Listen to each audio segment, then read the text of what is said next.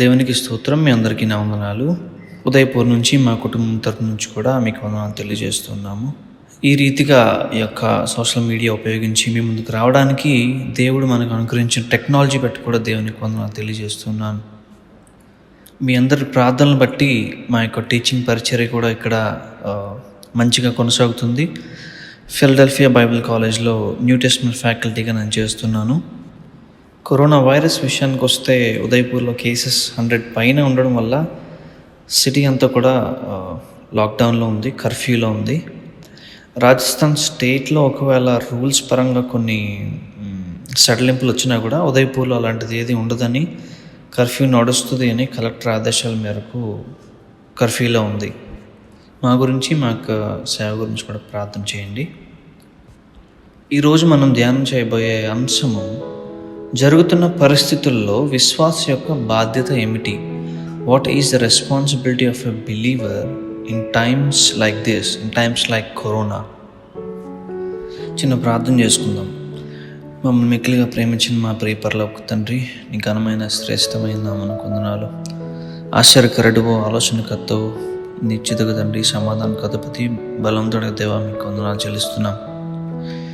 భూమిని ఎందుగలిగిన సమస్తాన్ని మాట చేత సృజించిన దేవుడు, మీకు వందనాలు చెల్లిస్తున్నాం తండ్రి. పాపంలో నశించిపోతున్న మమ్మల్ని మీ కుమారుని ద్వారా మాకు ఇచ్చిన యొక్క గొప్ప రక్షణ భాగ్యాన్ని బట్టి వందనాలు తండ్రి. మరి ఈ యొక్క పునరుద్ధాంతరం మిమ్మల్ని ఆరాధించుకోవడానికి మాకు ఇచ్చిన యొక్క గొప్ప అవకాశాన్ని బట్టి వందనాలు చెల్లిస్తున్నాం. వాక్య ధ్యానాలు తోడుకున్నాం తండ్రి, మాతో మాట్లాడండి. నా యొక్క నోటి మాట, నా హృదయ ధ్యానం మీ దృష్టికి ఆమోదయోగ్యంగా ఉండడానికి సహాయం దయచేయండి. విత్తబడిన వాక్కు 100 ఫలం మాలో రావడానికి సహాయం దయచేయండి. ఈ యొక్క సోషల్ మీడియా ద్వారా వింటున్న ప్రతి ఒక్క బిడ్డను కూడా దీవించండి, ఆశీర్వదించండి. యేసు నామములో ప్రార్థన మీకే సమర్పించడి వేడుకుంటున్నాం తండ్రి, ఆమేన్. ప్రపంచంలో మనం ఏ దిశగా వెళ్ళినా వినిపించే ఒకే ఒక పదం లాక్డౌన్. ఆ కారణంగా ప్రపంచం అంతా స్తబ్దతలోనికి వచ్చింది. ప్రపంచం ఆగిపోయింది. స్కూల్స్ రన్ అవ్వట్లేదు, కాలేజెస్ రన్ అవ్వట్లేదు, ఆఫీసెస్ రన్ అవ్వట్లేదు, ఇండస్ట్రీస్ లేవు, ట్రాన్స్పోర్టేషన్ లేదు, ఎక్కడ కూడా కదలిక అన్నది లేదు. ప్రపంచం స్తబ్దతలోనికి వచ్చేసింది. కానీ emergency services like medical services and police department వారు, ఆర్మీ డిపార్ట్మెంట్, ఇవి మాత్రము ఫంక్షనింగ్లో ఉన్నాయి. ఒక సెంటెన్స్లో చెప్పాలి అంటే, జీవితం అన్నది మనం చూసుకున్నట్లయితే ఒక చక్రం లాంటిది.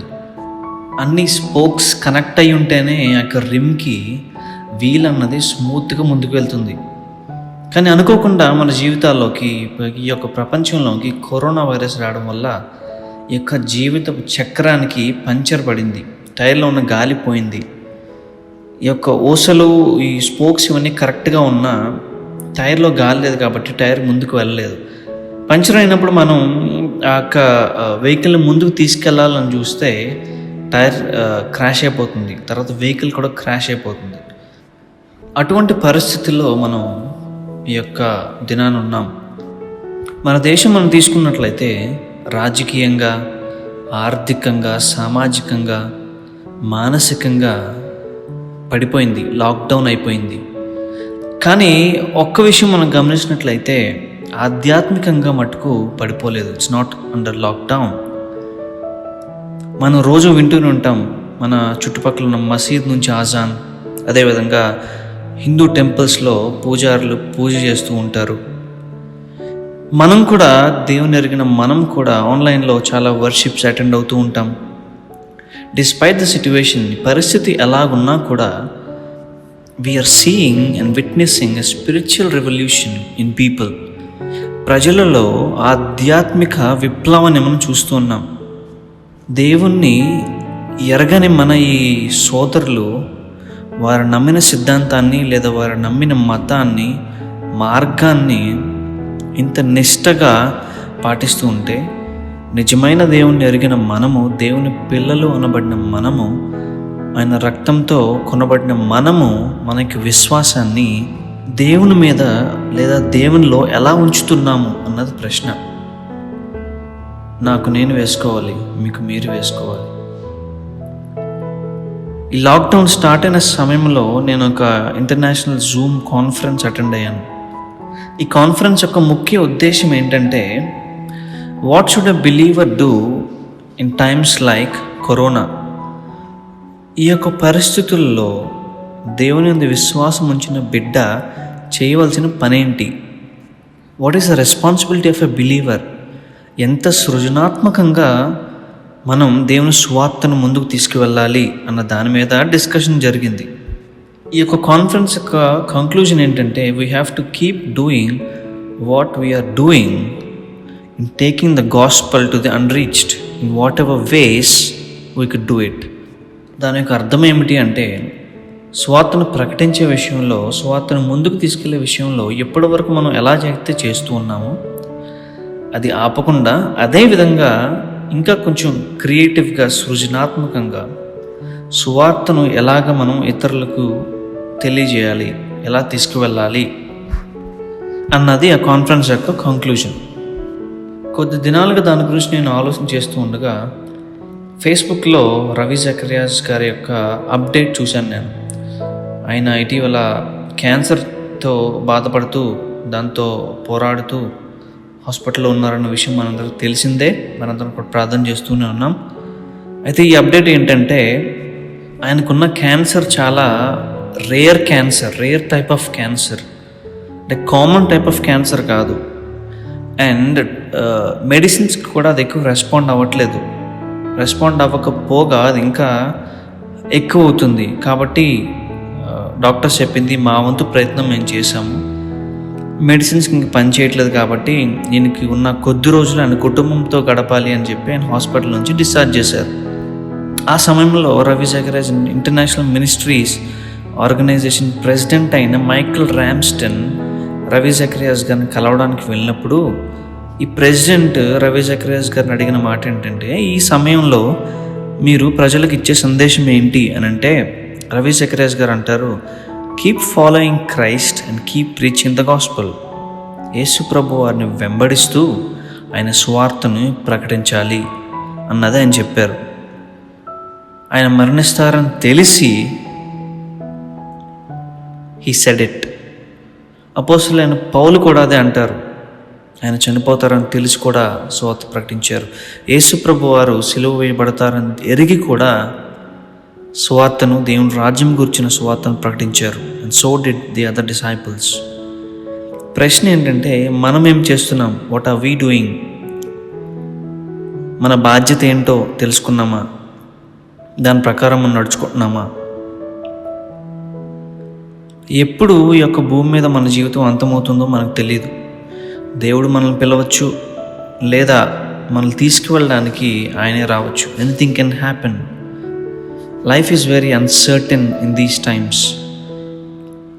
జీవితానికి నిశ్చయత అన్నది సమయంలో లేదు. It's very uncertain. It's not how much you have, ఎంత నీకుంది, ఏమి నీకుంది అన్నది క్వశ్చన్ కాదు. క్వశ్చన్ ఏంటంటే, యేసు ప్రభు వారు నీ జీవితంలో ఉన్నారా లేదా అన్నది. Keep following Christ and keep preaching the gospel. How true or these words?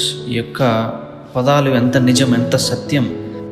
మన జీవితాలకు గల అర్థము క్రీస్తుని వెంబడించడం, సువార్త ప్రకటించడం.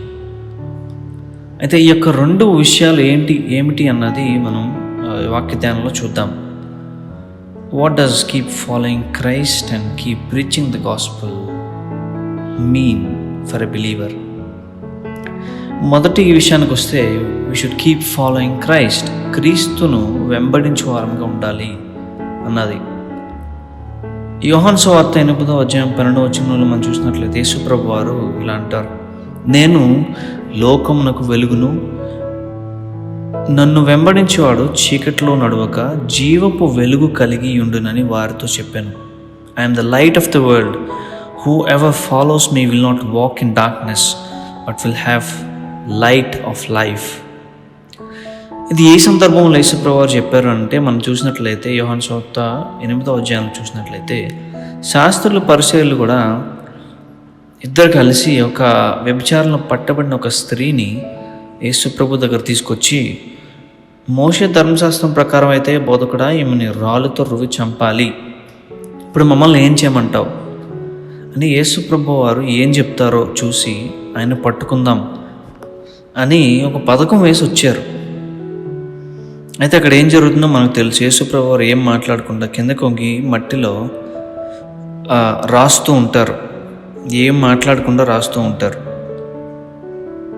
రాస్తూ ఉన్నప్పుడు ఆయన అంటారు, మొదటగా మీలో పాపం లేనివాడు ఎవడన ఉంటే వాడు రాయి వేయండి అని.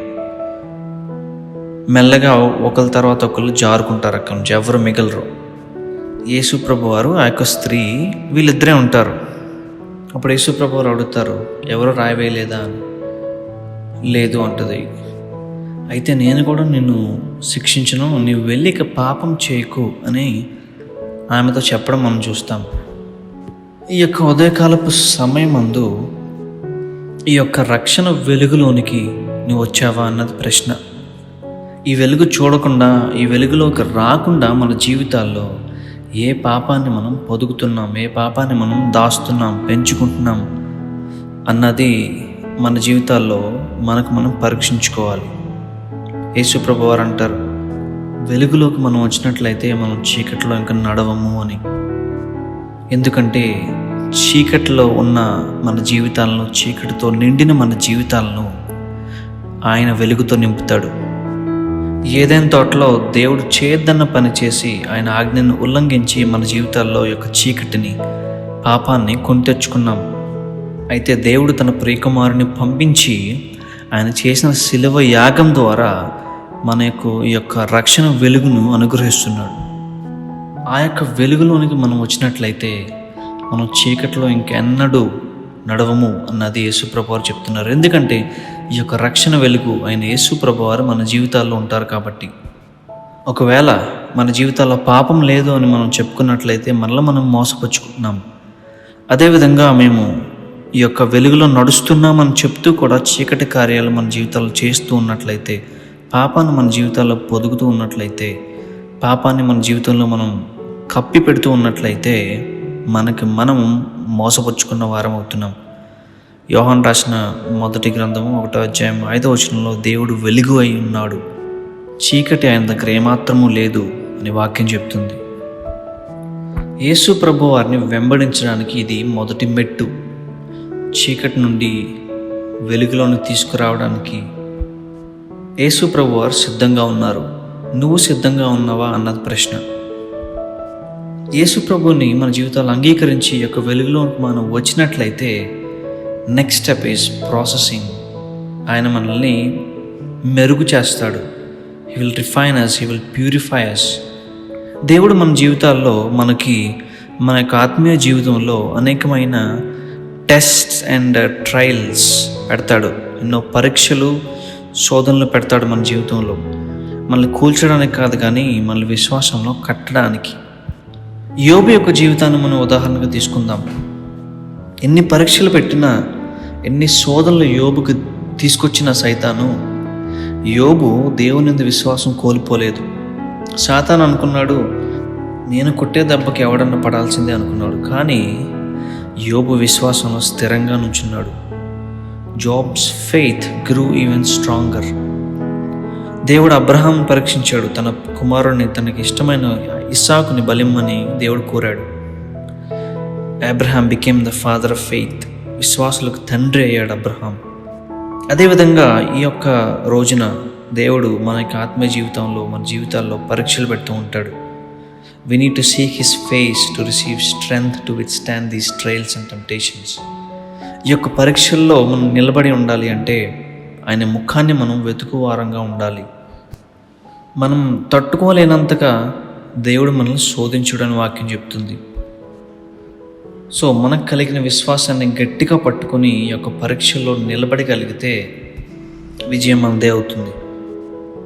ఒక వజ్రం ఎలా ఫామ్ అవుతుందో మనం చూద్దాం. భూమి యొక్క గర్భంలో 150 నుంచి 200 కిలోమీటర్ల డెప్త్లో వజ్రాలు అన్నవి ఫామ్ అవుతాయి. అవి ఏ పరిస్థితిలో ఫామ్ అవుతాయి అని మనం చూసినట్లయితే, ఆ యొక్క డెప్త్లో 200 కిలోమీటర్ల కిందకి, భూమి కిందకి వెళ్తే ఆ ప్లేస్లో ఉండే ఒత్తిడికి, తర్వాత ఉష్ణానికి, వేడికి కార్బన్ యాటమ్స్ అన్నవి ఈ యొక్క డైమండ్స్ లాగా, క్రిస్టల్స్ లాగా ఫామ్ అవుతాయి. వాటిని మనం డైమండ్స్ అంటాం. అది వెలికి తీసిన తర్వాత దాన్ని బయటకు తీసుకొచ్చి ప్యూరిఫై చేస్తారు. ప్యూరిఫై చేసిన తర్వాత డైమండ్స్ని ఆ యొక్క వివిధ షేప్స్లోకి, సైజెస్లోకి కట్ చేస్తారు. డైమండ్ యొక్క క్వాలిటీ మనం చూసినట్లయితే దానికి ఉన్న నెంబర్ ఆఫ్ కట్స్ మీద డిపెండ్ అయి ఉంటుంది. అంటే ఎన్నిసార్లు ఎన్ని విధాలుగా అది కొయ్యబడింది అన్న దాని మీద డిపెండ్ అయి ఉంటుంది. అప్పుడు అది ఎన్నిసార్లు కొయ్యబడితే, ఎన్ని ఎక్కువ కట్స్ ఉంటే డైమండ్కి అంత ఎక్కువ అది షైన్ అవుతుంది, అంత ఎక్కువగా లైట్ అన్నది డిస్పెన్స్ అవుతుంది అన్నమాట. అదేవిధంగా మన ఆత్మీయ జీవితంలో దేవుడు మనల్ని కట్ చేస్తాడు.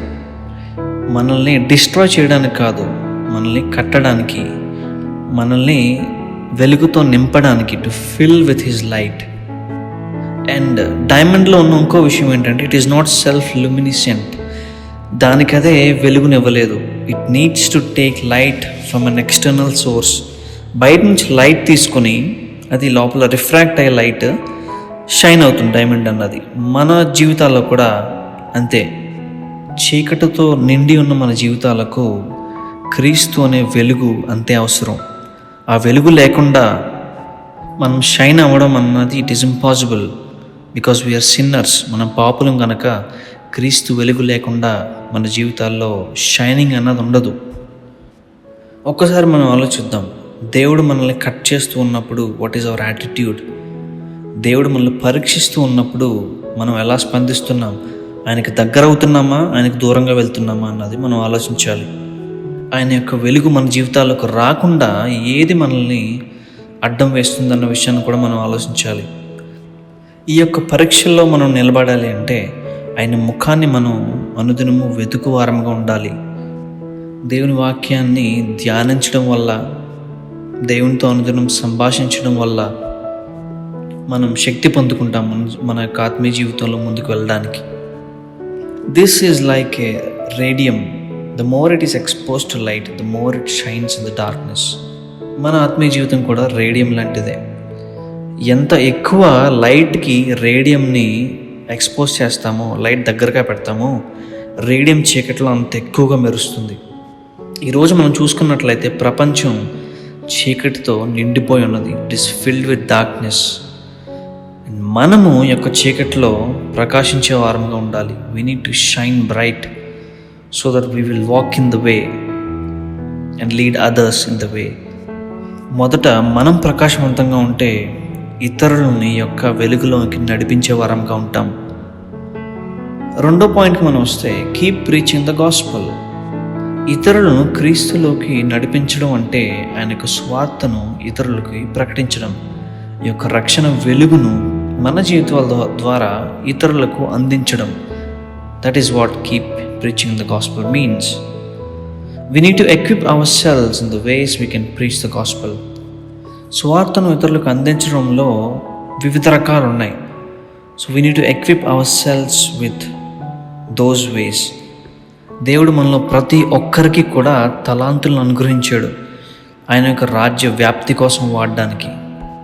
ఆ తలాంతును మనం గుర్తించి మన జీవితాల్లో ఆయన యొక్క రాజ్య వ్యాప్తి కోసం, ఆయన సువార్తను ప్రకటించడం కోసం దేవుడు నాకు ఇచ్చిన ఆ తలాంతును నేను ఎలా ఉపయోగంలో పెట్టాలి, how do I put it in practice అన్నది మనం ఆలోచించాలి. అపోస్తలుడైన పౌలు కూడా అంటాడు, కొరింథీయులకు రాసిన మొదటి పత్రిక 9వ అధ్యాయం 16వ వచనంలో, సువార్తను ప్రకటింపవలసిన భారము నా మీద మోపబడి ఉన్నది. అయ్యో, నేను సువార్తను ప్రకటింపకపోయిన ఎడల నాకు శ్రమ. So when we understand the weight of our salvation, మన యొక్క రక్షణకు కలిగిన బరువును లేదా వెలను మనం అర్థం చేసుకున్నట్లయితే ఈ యొక్క రక్షణ సువార్తను మనం ఇతరులకు ప్రకటించకుండా ఉండలేము. రవి జకరియాస్ గారు అంటారు, we need to take the gospel to the hearts of the people which will impact their minds.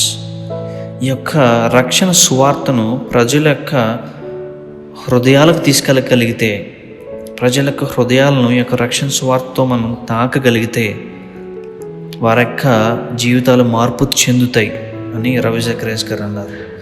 It is profound. We need to keep in our minds while sharing the gospel.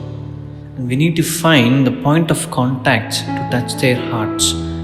వారి యొక్క హృదయాల్ని తాకాలి అని అంటే వారికి మనకి ఉన్న common points ఏంటి అన్నది మనం తెలుసుకోవాలి.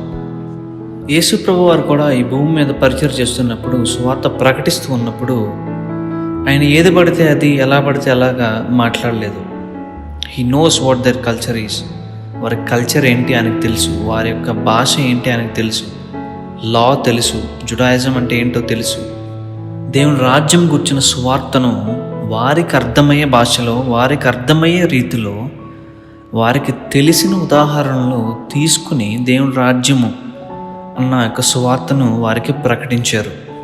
అపోస్తలులైన పౌలు కూడా ఏథెన్స్ పట్టణంలో సువార్త ప్రకటించే ముందు కొన్ని రోజులు ఆ యొక్క సిటీని పరిశీలించారు, రీసెర్చ్ చేశారు. వారి యొక్క కల్చర్ ఏంటి, వారి పద్ధతులు ఏంటి, వారి అలవాట్లు ఏంటి, వాళ్ళ ఫిలాసఫీ ఏంటి, వాళ్ళ సైకాలజీ ఏంటి, ఇవన్నీ తెలుసుకుని and then he share the gospel. C S Lewis అన్న ఒక గొప్ప స్కాలర్, ఒక రచయిత తన స్నేహితుడికి సువార్తను ఒక స్టోరీ రూపంలో రాశాడు. ఆ స్టోరీ చదివి వారి యొక్క ఫ్రెండ్ దేవుణ్ణి తెలుసుకున్నాడు. ఆ స్టోరీ పేరు ద క్రానికల్స్ ఆఫ్ నార్నియా. ప్రపంచవ్యాప్తంగా హిట్ అయిన నవల్ ఇది, ద క్రానికల్స్ ఆఫ్ నార్నియా. దీని మీద ఫిల్మ్స్ కూడా తీశారు. సో ఇక్కడ మనం గమనించాల్సిన విషయం, సిఎస్ లూయిస్కి ఆయన యొక్క స్నేహితుడికి ఉన్న పాయింట్ ఆఫ్ కాంటాక్ట్ ఏంటి అంటే a story. Common point is a story. వీరిద్దరికి కూడా స్టోరీస్ అంటే ఇష్టం. సో ఒక స్టోరీ ఫార్మాట్లో సువార్తను సిఎస్ లూయిస్ తన ఫ్రెండ్కి అందించాడు. తద్వారా ఆయన రక్షణ పొందాడు. మనం ఏది చేయగలమో, దేవుడు మనకి ఏది అనుగ్రహించాడో మనం అది చేస్తూ ఉండాలి. If God is gifted us with talent to sing, we need to write songs and compose music and sing. దేవుడు మనకు పాడే తలాంతు ఇస్తే ఆయన మహిమార్థమై పాటలు రాసి స్వార్థను పాటల రూపంలో మనం ఇతరులకు అందజేయచ్చు. ఒకవేళ దేవుడు మనకి ఆర్టిస్టిక్ టచ్ ఇచ్చినట్లయితే we can paint some art వేసి ఆర్ట్ రూపంలో కూడా దేవుని స్వార్థను మనం అందజేయచ్చు. Because a picture speaks 1000 words. ఒకవేళ దేవుడు నీకు మంచిగా మాట్లాడే తలాంతును కనిపిస్తే సువార్తను ఒక చిన్న ఆడియో ఫైల్లో రికార్డ్ చేసి వాట్సాప్లో, సోషల్ మీడియాలో షేర్ చేయొచ్చు. ఈ రకంగా ప్రతి ఒక్కరూ కూడా దేవుడు మనకిచ్చిన తలాంతును ఆయన సువార్తను ప్రకటించడానికి, ఆయన రాజ్య వ్యాప్తి కోసం మనం ఈ యొక్క లాక్డౌన్ సమయంలో వాడచ్చు. ఈ రీతిగా ఇతరుల యొక్క హృదయాల్ని మనం ఈ యొక్క సువార్త ద్వారా తాకి యేసు ప్రభు అనే వెలుగులోనికి వారిని నడిపించే వారంగా మనం ఉంటాం. పాపంతో నిండిన యొక్క ప్రపంచానికి, పగిలిపోయిన విరిగిపోయిన ప్రపంచానికి కంఫర్ట్ అవసరం, ఆదరణ అన్నది అవసరం. అది యొక్క యేసు ప్రభువులోనే దొరుకుతుంది అన్న యొక్క వార్తను మనం ఇతరులకి చాటి చెప్పాలి. This world needs healing, it needs life, జీవం కావాలి, it needs support, it needs strength which we can offer through the gospel of Christ. ఇంకొక విషయం మనం గమనించాల్సింది ఏంటంటే స్వార్థ అంటే it's not just sharing the word but also sowing an act of kindness. దేవుని ప్రేమను కార్యరూపంలో మనం ఇతరులకు చూపించడం కూడా. ఈ యొక్క కరోనా వైరస్ వల్ల, ఈ యొక్క లాక్డౌన్ పరిస్థితుల్లో ధనవంతులైన వారు 1 సంవత్సరానికి సరిపడా సరుకులు స్టోర్ చేసుకున్నారు. మధ్య తరగతి నుంచి వచ్చిన వారు ఈ యొక్క షాప్స్ ముందు క్యూస్లో నిలబడి ఆ యొక్క నెలకి సరుకులు దొరుకుతాయో లేదో అన్న డైలమాలో ఉన్నారు. అయితే ఇక్కడ మనం గమనించాల్సిన విషయం ఏంటంటే ఇంకొక వర్గం వారు ఉన్నారు. వారు ఎవరు అనంటే, ఈ పూటకి కొంత ఆహారం దొరికితే నాకు చాలు అనేవారు కొంతమంది ఉన్నారు. ఇంటికి వెళ్ళడానికి ట్రాన్స్పోర్టేషన్ లేక 100 కిలోమీటర్లు ఖాళీ నడకను నడుస్తూ ఇంటికి చేరలేక మధ్యలోనే పడిపోయి చనిపోయిన వారు చాలామంది ఉన్నారు. మనం ఏ పరిస్థితిలో ఉన్నామో మనకు తెలుసు. So we need to extend a helping hand. మనవంతు సాయం అన్నది మనం చేయవలసిన వారంగా ఉన్నాం. యేసు ప్రభు వారు కూడా స్వార్థ ప్రకటిస్తూ వెళ్ళిపోలేదు. He help the poor, heal the sick, he was with the needy, he touch their hearts. పేద ప్రజలను ఆయన ఆదుకున్నారు. అవసరతలో ఉన్న వారికి ఆయన సహాయం చేశారు. రోగులను ఆయన స్వస్థపరిచాడు. వారి యొక్క హృదయాల్ని సువార్తతో తాకారు. మనం కూడా let us be an instrument in touching lives of many people with the gospel of Christ. యేసు ప్రభువుని మన జీవితాల్లో వెంబడిస్తూ యేసు ప్రభు యొక్క రక్షణ సువార్తను మాట చేత అదేవిధంగా క్రియాత్మకంగా కూడా ఇతరుల హృదయాల్ని తాకే విధంగా ఉండినట్లు దేవుడు మనకి సహాయం చేయనుగాక. ఆమెన్. ఈ యొక్క మెసేజ్ బ్రాడ్కాస్ట్ చేయడానికి సహాయపడిన ప్రేమ్చంద్ మహంత్ అండ్ టీమ్ ఇంకెవరైనా ఇందులో సహాయపడితే వారందరికీ కూడా మాకు హృదయపూర్వక వందనాలు తెలియజేస్తున్నాం. దేవుడు మిమ్మల్ని దీవించునుగాక. ఆమెన్.